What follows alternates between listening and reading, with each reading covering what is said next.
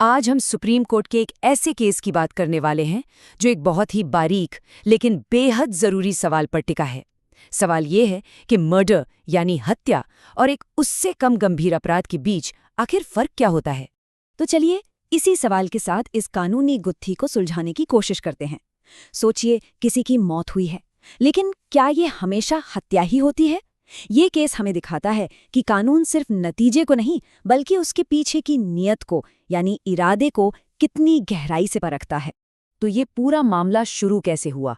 इसकी शुरुआत हुई एक देर रात के झगड़े से, एक ऐसा झगड़ा जिसका अंजाम बहुत ही दुखद था। आइए एक नज़र डालते हैं कि उस रात आखिर हुआ क्या था। आप जरा घटनाओं के इस क्रम को देखिए। एक मामूली सा झगड़ा जो कुछ घंटों बाद एक जानलेवा हमले में बदल गया। लेकिन सबसे ज्यादा गौर करने वाली बात क्या है? मौत फौरन नहीं हुई। पीड़ित की जान पूरे 13 दिन बाद गई। इस बात को याद रखिएगा, क्योंकि इसी एक पॉइंट ने आगे चलकर पूरे केस का रुख बदल दिया।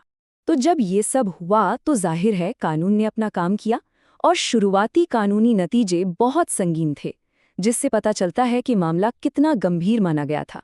तो जो निचली अदालतें थी यानी ट्रायल कोर्ट और हाई कोर्ट, उनका फैसला बिल्कुल साफ और सख्त था। ये मर्डर है। उनकी नज़र में चाकू से हमला हुआ जिससे मौत हुई। केस क्लोज्ड, सजा आजीवन कारावास। लेकिन कहानी यहीं खत्म नहीं हुई। मामला पहुंचा देश की सबसे बड़ी अदालत में, सुप्रीम कोर्ट।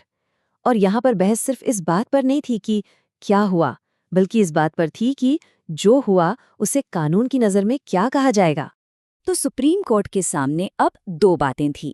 एक तरफ निचली अदालतों का फैसला जो कह रहा था कि ये हत्या है, दूसरी तरफ बचाव पक्ष की दलील कि मारने का कोई इरादा था ही नहीं।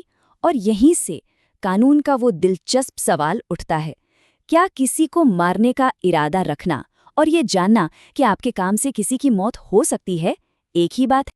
तो चलिए अब इस केस की जड़ तक चलते हैं। उन दो शब्दों को समझते हैं जिन पर किसी की पूरी जिंदगी का फैसला टिका था, इरादा और ज्ञान। तो देखिए, कल्पेबल होमिसाइड, जिसे हम गैर इरादतन हत्या भी कहते हैं, वो एक तरह की कह सकते हैं कि बड़ी कैटेगरी है। इसमें हर वो काम आता है जिससे किसी की मौत हो जाए और करने वाले को इसका इरादा हो या कम से कम ये पता हो कि ऐसा हो सकता है।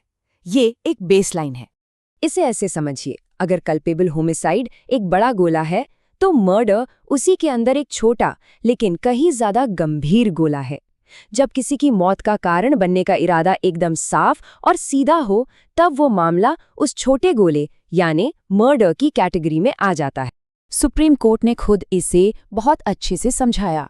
उन्होंने कहा कल्पेबल होमिसाइड जीनस है, मर्डर उसकी स्पीशीज है। इसका सीधा सा मतलब है कि हर मर्डर कल्पेबल होमिसाइड तो होता ही है, लेकिन हर कल्पेबल होमिसाइड मर्डर नहीं होता। ठीक वैसे ही जैसे हर गुलाब एक फूल है पर हर फूल गुलाब नहीं होता। और बस यही वो पॉइंट है जहां पूरा केस घूम जाता है। इरादा और ज्ञान के बीच का ये फर्क। इरादा मतलब क्या हमलावर का मकसद ही मौत का कारण बनना था? क्या वो यही चाहता था? और ज्ञान मतलब क्या उसे ये पता था कि उसके इस काम से मौत हो सकती है, भले ही उसका मकसद ये न रहा हो? अदालत का सारा ध्यान इसी फर्क पर था। अच्छा, तो अब जब हम ये कानूनी बारीकियां समझ गए हैं तो वापस केस के फैक्ट्स पर आते हैं और देखते हैं कि सुप्रीम कोर्ट ने इन सबूतों को इस नई नज़र से कैसे देखा।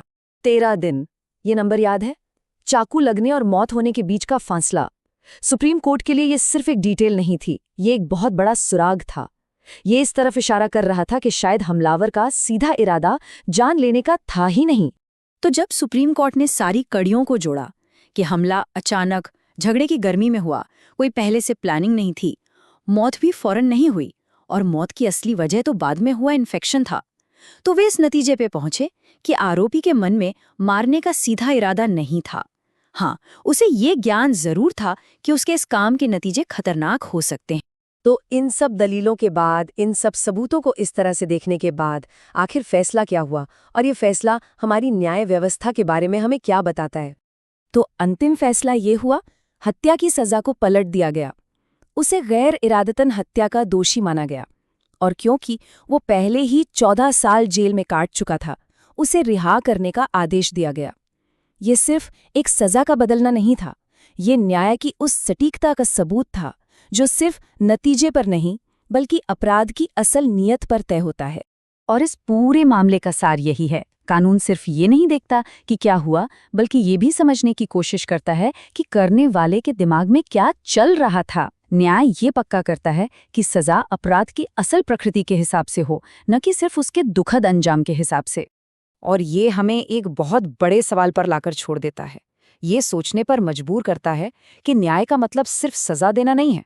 न्याय का मतलब ये समझना भी है कि कोई अपराध क्यों और कैसे हुआ। और शायद यही वो सिद्धांत है जो किसी भी इंसाफ पसंद और मानवीय कानून व्यवस्था की असली बुनियाद है।